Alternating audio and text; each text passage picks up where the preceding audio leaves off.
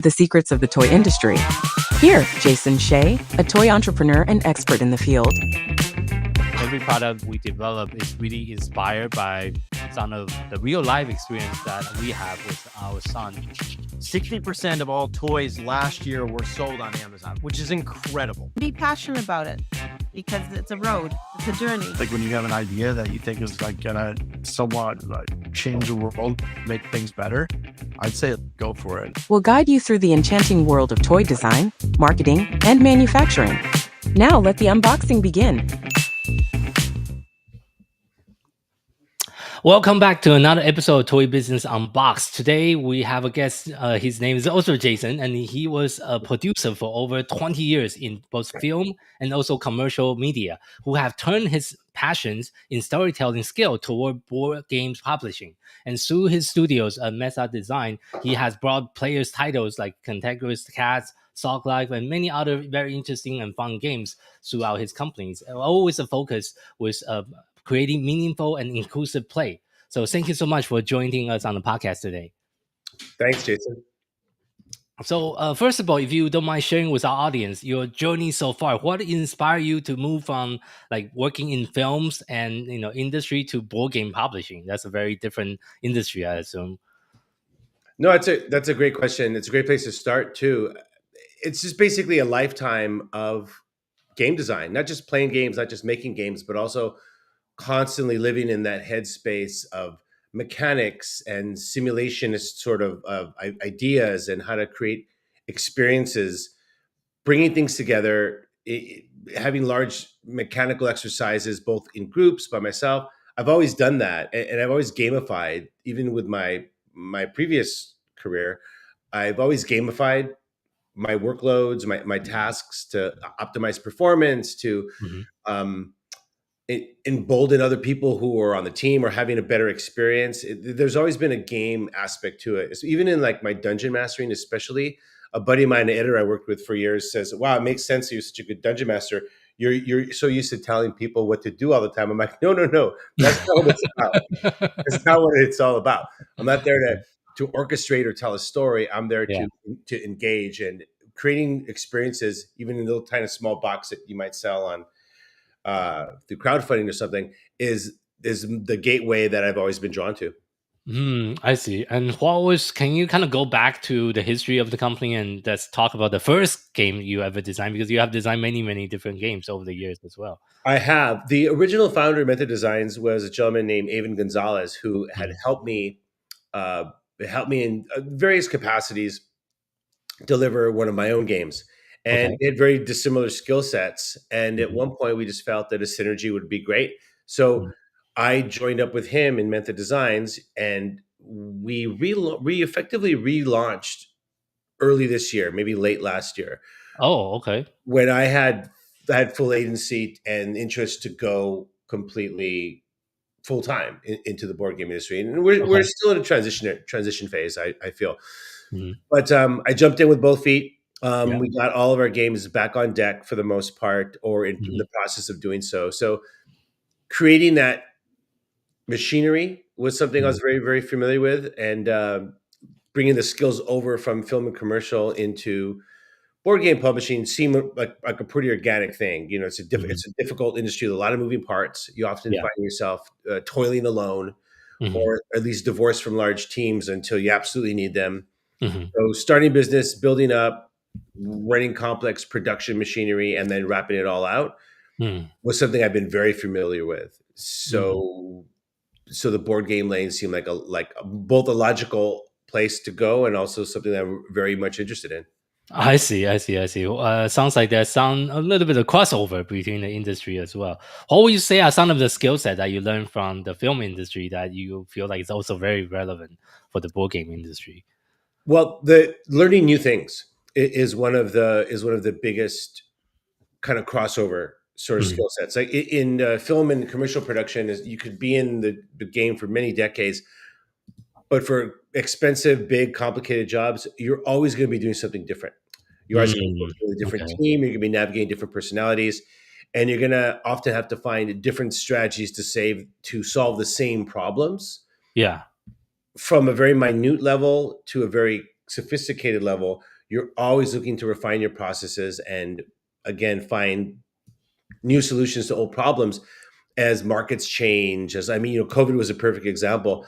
One of the reasons that I was very active during the pandemic years because the Mhm. skill set that has made me traditionally a good producer is that same one: improvisational thinking, meeting the moment, trying to create new workflows to match the energy that's happening this week, this month, this year. Like even Yeah. what's going on with tariffs, these are all perfect examples where learning how to pivot and staying small and agile has Yeah. always been my strength. I see, I see, I see. And with all the game that you designed so far, is it any particular focus or any sub-genre of the game that you're trying to create? That's a great question because so many of my favorite designers are guys that make the same game over and over again. Mhm. Guys like Carl Chudik, some letter games, although not my favorite, they often are achieving the same sort of goal in Mhm. different flavored ways. Yeah. I'm not like that. I have more of a who's a filmmaker? Was it Donner? I'll think of it in a second. But there's certain filmmakers that I would Rob Reiner. Every time Rob Reiner made a movie, it was a different genre. Mm. And Okay. my brain space needs that too. I want to jump around. I want to do like a miniature combat game. I want to do an abstract. I want to do Mm. a kid friendly card drawer. Right now, I'm working on Mm. a hidden memory game. Okay. So it's just kind of visiting all these spaces I've never had the opportunity to make a game make a game in that lane before, Okay. but also exploring them as a designer, not just a player. Oh, okay, okay, okay. Yeah, that's a different. I think that's definitely a very different perspective. And with your film and media background, does it influence how you design and also market the games itself? Marketing, no. Marketing is still a domain that I know the well goes deep, possibly infinitely. But Hmm. when it comes to marketing is not something that ever touched me in the film and commercial business, unless I was distributing my own films. And even Mm. then, a distributor would usually be taking the reins on how the film was marketed. Yeah, yeah, yeah. I had good ideas. We'd take meetings. There'd be suggestions, but at the end of the day, my lanes were usually so full that marketing was never part of my workflow before. Mm. Distribution, however, yes, having Okay. face-to-face communications, um, having the constant human interactions, whether it be it in person or on Zoom or friend of a friend sort of conversations, networking, if you will. Hmm. That is part of the course in the entertainment industry. You're constantly hunting for your own food in the entertainment industry. Hmm. So I got a very strong understanding of how to be independent. Mm. And as an indie publisher, many of those personality and social skills come right through. Mm-hmm. I see. Thank you for sharing that. And I think come along with the indie publishing, you also have many different challenges. What would you say is some of your biggest hurdles so far building this company? Well, you probably hear me say it a lot on this interview, but it's marketing, and Okay. I'm still trying to figure out not just how to do good marketing, but Mm. the right order, how to turn our profit into profit, the ROI on certain investments. Mm. And I have a ton of experience working with influencers of all shapes and sizes, from the very biggest, mostly actually all game facing, to the Okay. very smallest influencers. And my instincts from the entertainment industry is like just spend, spend, spend on marketing, and it's going to be great.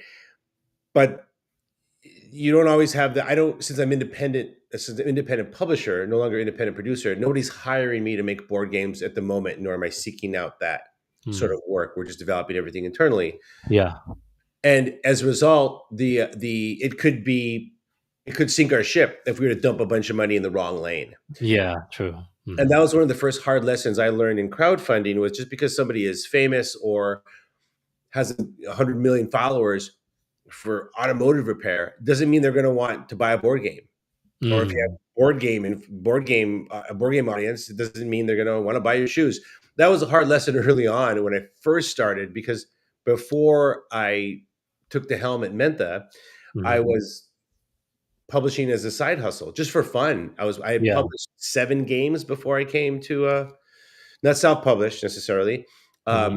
I didn't self-publish any games, but I brought them to a publisher to be published. I see. Okay. Okay. Okay. Yeah, so I either collaborated. Mostly, I did the design work. I carry that titles. Like I still have like my first baby right here. This is like Army versus Aliens.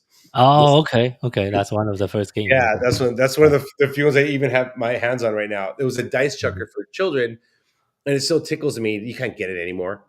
It's Hmm. been out of print for a long time, but I still see it at local cons. I still see it at father and son competitions. And at that time, I thought, oh look, I'm making pretty good money with this little game that I did on the side. Hmm. This easy racket. I can make money in board games. So Yeah. now here I am, still trying to make good on that promise to myself. I see. Yeah, I think it's definitely a very different lanes when you're doing self-publishing versus you are selling or like licensing your games to a bigger publisher as well. Mhm. Can you also share some of your experience, like since you have done both? What are some of the pros and cons on either choices? Well, the cons. I mean, I guess I could start. Can start with the cons. The cons. Maybe it's a 1 point conversation for each. The biggest pro con is the monetary issue. If Mm, you sell your game to a publisher, and similarly with the creative issue for both creative and monetary, if you sell your game to another publisher, if you sell it to another designer, or it's out of your hands entirely, you're going to make a very small fraction of what you would were you to sell it yourself. yeah, But it's a much more hands-off process. You sell it, yeah, you let it go. Similarly, if you were to sell it to another publisher, you'd also lose creative control. Most agreements are going to take that away from you. So mm, might have this amazing Army versus Aliens dice game, but when you sell it to a publisher, and eventually what they're going to create is a cats versus dog game using the same mechanics, or maybe they change it. It's it really up to changes. them at Yeah, that point. They own it. They're going to do what they will with it. So both yeah, the creative agency is taken from you, and the monetary potential is also taken away from you. mm, But the and even though it's easy to say, oh well, the pros is you're going to make all the money from self publishing your game. You certainly are, but you still have to get there. You still have to yeah, build the machinery to sell, and you have to start a company, and you have to go through all the hoops of marketing and distribution and manufacturing and publishing. And it's I love to inspire other game designers, because especially in cons and when I'm interfacing with the public, people, especially the normie public, the non-con, the non-gaming public, oh, you're a mhm, game designer. There's a lot of you see the light turn on their eyes. They're really excited to talk to you about it, because, of course, mhm, they have a game they want to make, right? You never go mhm, hang out at a board game night without half the room having a game that they wish they manifest into reality. mhm. And I'd hate to crash their dreams, but at the same time, it's important that they know that it's not a cash grab situation. Yeah, yeah, It's, yeah. it's not a get rich quick scheme or some kind of golden parachute. It takes a ton of work, and Mhm, work is something I've always embraced. I've always loved taking on hard things, and mhm, I guess too the con of just selling off your games or selling your designs is actually a pretty easy path if you put yourself in those spaces and you have a good pitch. You're a natural salesman, let's say, and or you just have a nice looking product. You can sell your games, and there's a lot of ways there. That's a whole different talking point, a whole different lane. mhm, Whereas when you self publish, you can make whatever you want.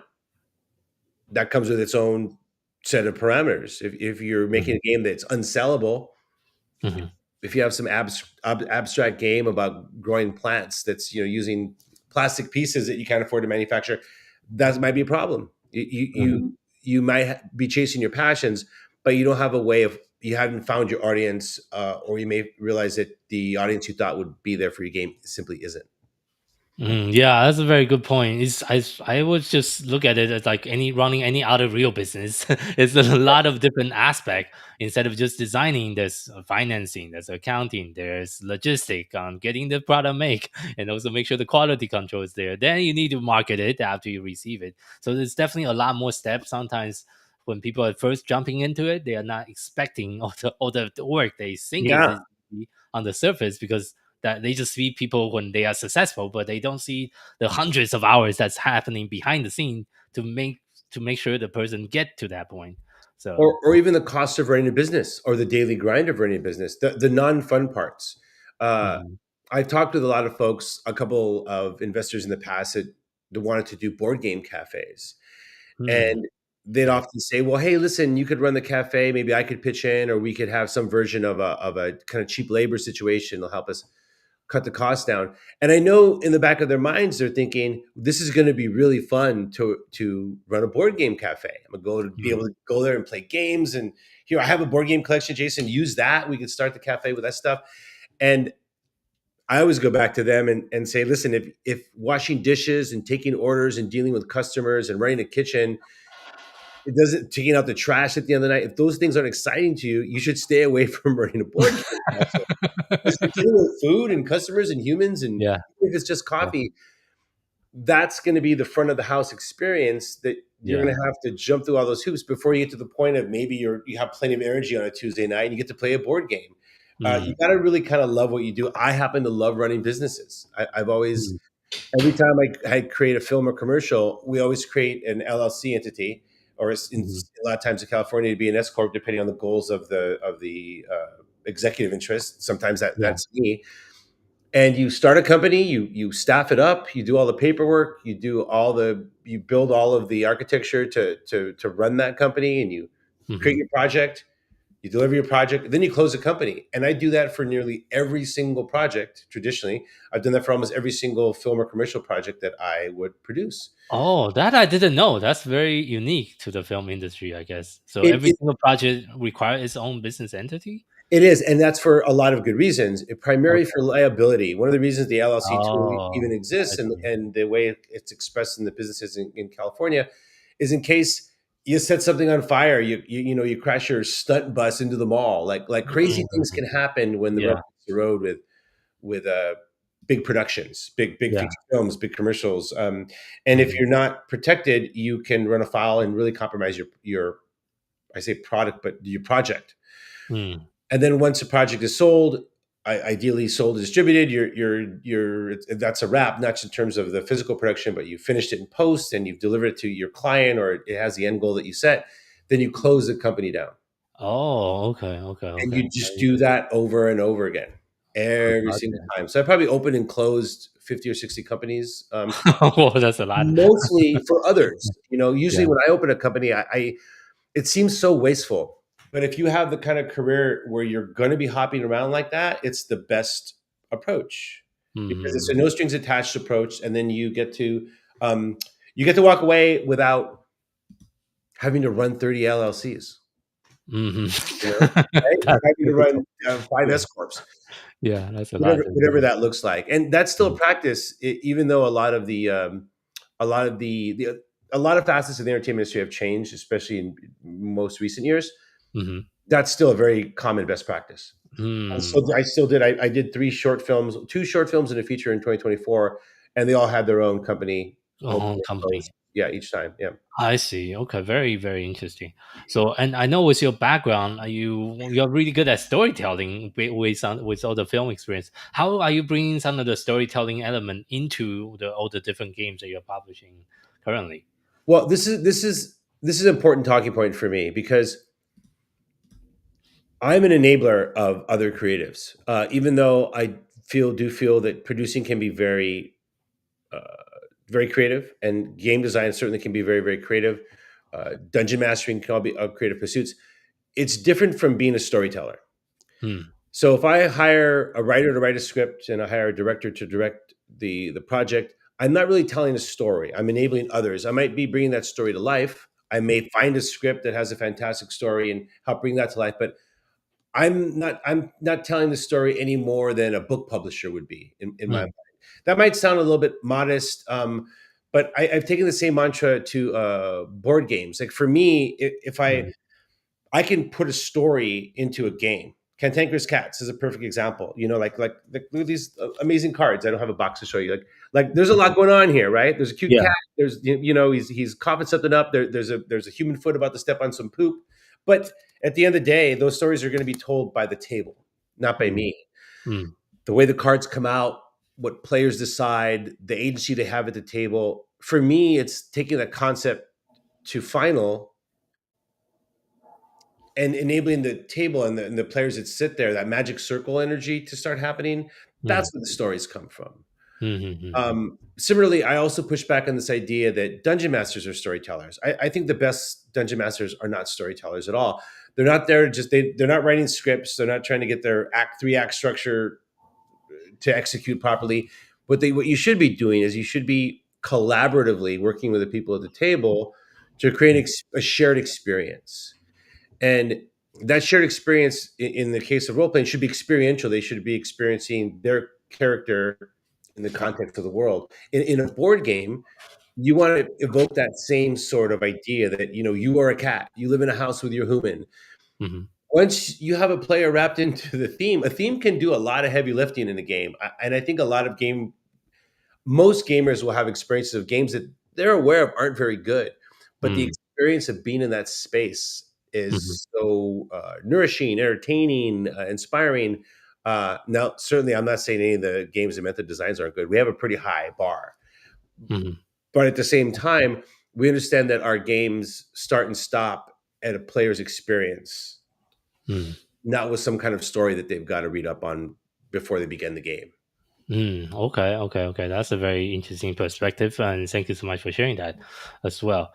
And the next thing I want to kind of touch on, I know inclusivity is a big theme in the toys and game industry today.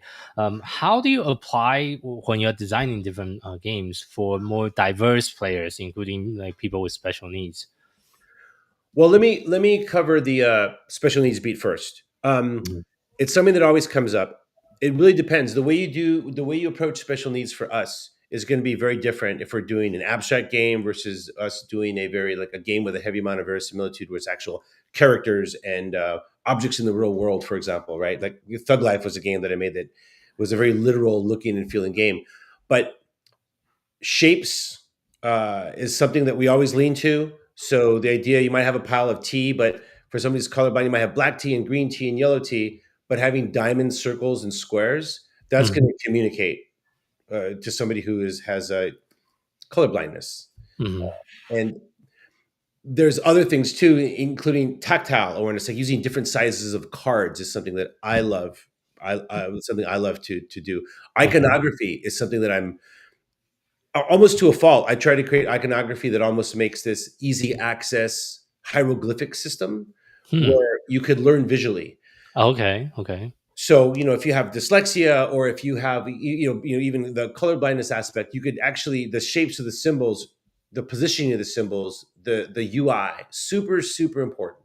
And not only for the various types of disabilities that impact board game publication, but also for other gamers. I feel that the visual language of a board game is the most important part, not just for learning and playing, but also for the experiential part. Like, I'm working on this cryptid game right now called Prosperitea. Okay. And we're really doubling down on that idea. So at some point, just looking at the card, the hieroglyphics in the front, you're not reading any words. That's our end game goal. We're pretty close to it. So you can intuit how the game functions just by learning a handful of keywords. Okay. Might take you 30 seconds, a minute, a couple turns to get on board. But once you do, now you've learned visually. You didn't have to you didn't have to watch a YouTube video or read a bunch of complicated rule books. And let's be honest, most publishers and designers and even a lot of editors are just bad at making rule books. Yeah. Rule books are a very contentious thing in the board game industry, because what makes a good rule book is not usually what you think. Okay. And you just because you've gotten too close to the project that you can't see the forest from the trees at some point. But a lot of that again has to do with how you teach somebody visually. And as long as you're taking your rule book and you're taking the same approach of teaching visually, I find that to be extremely helpful. Don't cheap out on not showing maps or making sure the components are in the right place in an illustrated example. For certain types of brains, certain types of gamers, they start with a rule book. It took me a while to understand that. Like, why are all these people on Kickstarter asking me for the rules? They're not done yet. I was like, oops. Yeah. Have your rules done before you launch a Kickstarter. And doesn't mean you can't change them. You don't have to be inflexible. But you do need to understand that a lot of people's purchasing decision, especially in crowdfunding, is going to be predicated about what your game looks like and having that attention to visual acuity, is the right word, visual accuracy, is not just going to help you sell your game or teach your game. It's going to help with a lot of the disabilities that we see in the space. Yeah, I think that's a good point. I think some of the rule book I read, it's just too much text. There's not enough illustration, and it's really hard to understand how to play it without some visual cue. Especially for me, I'm more of a visual learner than reading through 10 pages Yes. of rule. So And I've been guilty of that too. I've released some rule books I thought were just, ironclad. I was like, oops, that could have been a little bit better, I see, I see. And since you mentioned about Kickstarter earlier, can you also share your experience with crowdfunding in general? What are some of the strategies that worked for you in the past? What are some of the strategies you suggest our listener to also try? I mean, it's been a rocky road for me. I mean, I've only had one unsuccessful Kickstarter. I've ran two others that were successful, and I've been part of probably another dozen or so that were successful, but I was just a component of, whether I was advising or helping with this component or not. Some Kickstarters I just provided influencers, or I see. I would help them work on the marketing campaigns. But you absolutely have to understand the marketing component. It's something that I work on almost every day, trying to understand what the ecosystem looks like, trying to stay on top of what the various algorithms and the various social media apps are doing to you at any given time. What things like SEO, kind of diving into that, but more importantly, constantly learning. You just have to. You're never going to stop learning about marketing. If you want to run a board game company successfully, it's the same kind of fundamentals as working the crowdfunding circuit. You have to understand that the ecosystem is a dynamic one. It's like a tide pool. The tide comes in and out, and there's different organisms are in it at different times, and you need to know how to catch all of them. And understanding that it's not enough to just do one thing. It can be daunting. It's certainly been overwhelming to me, especially when I'm running a small team or it's just one or two of us working on a crowdfunding effort. It could seem daunting. You want friends, get like-minded people that have the time, the interests, and the skill set. It's okay to train people up, but it's much, much better if your marketing person has a marketing degree or experience with marketing. Your graphic designer's done graphic design. Those are really helpful. It's really helpful if it's not on the job training, but it's actually, you can get some version of professionals on your team. There was recently an effort. I wish I could recall the group that's doing that, and it would be great to get them to plug them in this. But they drafted all these dungeon tubers. Dungeon tubers are people that make Dungeons and Dragons content on YouTube. Yeah. They didn't spend any money on Google Ads. They didn't spend any money on Meta. They spent all their money paying dungeon tubers and giving them a part of the pie. It was a really novel idea. Like, I would like to try something like that. So you give the folks that have the gatekeepers of your audience. Ultimately, you're making a role-playing game, a fantasy-facing role-playing game. Why not conscript the folks that make a living promoting that sort of lifestyle online already? And they were met with such aplomb. People were welcome them so much into this kind of cooperative sort of thing. It felt a lot like I just mentioned before about the actual role-playing experience, this feedback loop of players and dungeon masters all collaborating. Great to see the community creating saying yes to a content creator who is trying this new approach by just simply rewarding them. And even if it isn't a large amount of money, even if it isn't like the best opportunity some of these content creators have ever had before, it feels good. It feels right to water your own garden. I think is the best way to describe it, to feed the ecosystem that will ultimately be feeding you. And I thought that was such an inspiring sort of business model. And darn it, I wish I knew those guys. That did that particular strategy. Yeah, because I heard it in passing, but I heard several different these guys saying it in passing. So yeah, I'm sure someone in your podcast will leave it in the comment. So I see. So looking ahead, what excites you the most with your next project for the upcoming years? So the most exciting thing for me is to do our first completely scratch build as a team at Mentha Designs, which is a game called Cryptopedia.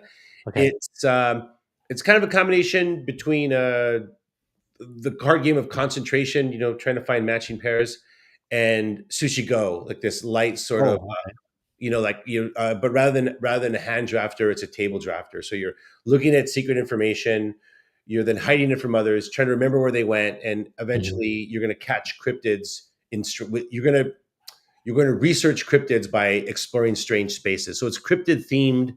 There's a lot of phony esoterica blended into it. So it's simultaneously got this awesome theme. I love monsters. I just love monsters. Guilty as charged. And it almost has this modern ARG aspect to it, where we're working towards building mysteries into the game itself, and those mysteries are the mechanics. So some of the fun ones that always make me laugh is when it's hard to catch certain creatures or research certain creatures. People ask me how, and I never tell them. When you create a game, when you teach a game, you want people to understand how to operate it, how to engage with it. But very rarely do I want to tell them how to win or how to strategize properly, how to optimize their turn, because I feel you're taking that away from them, that learning moment, So Cryptopedia is the thing I'm excited about the most for all those reasons, right? It's unique. I've never seen a hybrid game like it, and we have a team of artists that we pulled together from the OSR, which is the old school Renaissance space in role playing games, that have that old school kind of old school art style where it's black and white, high contrast, almost like it's like a Linda cut sort of art style. And we're doing all the classic North American cryptids first. The hope is we do expansions for Fae and Yokai and other sorts of batches of monsters that we can explore. But that's the game that I'm interested in the most. Can I tell you about more stuff? Do you want to hear about that? Yeah, go ahead. We're working on a expansion. It's an expandalone, which is basically an expansion for Cantankerous Cats, kind of our runaway hit. Yeah. And it's also a standalone game. So you can play it with cats or independently on its own. And it just takes some of the mechanics of cats that our community knows and loves and flips them on their head a little bit with dogs. Our currencies are flipped the way that we do affection. If you're familiar with the game, affection is our currency that you gain by being nice, but then you spend it to do bad things and get away with it. And the dogs have the reversion of that mechanic, where the dogs accidentally do derpy things because dog, and then they have to work out the trouble they've caused, the things they've broke, by being kind. So we're puppy dog eyes and like dog tricks, etc. So that's very exciting. This is probably a crowdfunding launch in 2026 late. Yeah, we're hoping to Q1, Q2 of next year is what we're still talking about. Still trying to land that. Those are things that are most exciting to me. But on a higher level, it's finding enough success in the space to be able to keep doing this, and not always, especially now with such uncertain economic times. It's very hard to predict a lot of economic factors that might derail some of your plans. So trying to get ahead of that is the kind of current challenge, and every month there seems to be a new curveball. Yeah, got it. So as well, wrapping up today's interview, if you have to share one piece of advice with someone that's getting started within the toys or game industry, what would that be? Make games. Just make them. Don't have anything that's going to stop you from iterating. Like, I can make a better version of the game I just made, and then a better one, and then a better one. Just keep doing that. Make sure that you can iterate quickly and make the game. Listen to what others are saying, and just keep making the game. Don't worry about selling it. Don't worry about your crowdfunding effort. Don't worry about quitting your job or changing career, even though those might be driving motives for you. Make the game that you want to play. Make the game that your friends like to play at your table, because then you at least know you have an audience. And build from there. You might find out that you hate making games. You might find out that you don't ever want to touch crowdfunding or marketing. But if you're a crazy person and you do, you're only going to know by trying. So just, make stuff. Okay, that's a very good advice. Just take action, right? Yeah, absolutely. So for our listeners that would love to learn a little bit more about you and your company, where is the best place for people to find you online? The best place to find us, our company portal, www.menthadesigns.com. is definitely the right place to find us. We also have Mentha Designs on Instagram. Mhm. And we're definitely becoming more and more active on Instagram. But and as we continue to ramp up our social, but yeah, Mentha Designs. You can find us on Instagram and directly on our website. I see. Okay, we'll make sure we put that in the show note. And thank you so much for your time today, sharing your story and your journey and your wisdom with the rest of our audience. Thank you, Jason. Thank you for the opportunity. It was really fun. Yeah, you're welcome. And thank you for our listener for tuning in to this episode of Toy Business Unboxed podcast. We hope you have enjoyed today's conversation and find it insightful and inspiring. If you like what you have heard, be sure to subscribe to our podcast on your favorite platform so you never miss an episode. We really appreciate your support and we would love it if you can leave us a review and share the podcast with your friend and colleague. For more resource, tips, and the latest update within the toys and game industry, visit our website at toy-launch.com. Join the conversation and connect with us on social media using hashtag #ToyBusinessUnboxed. We'd love to hear your feedback and suggestion for future episodes. Until next time, keep innovating, keep creating, keep bringing joys to toys. This is Jason Shea signing off on the Toy Business Unboxed podcast. We'll see you in the next episode. Thank you so much, everyone.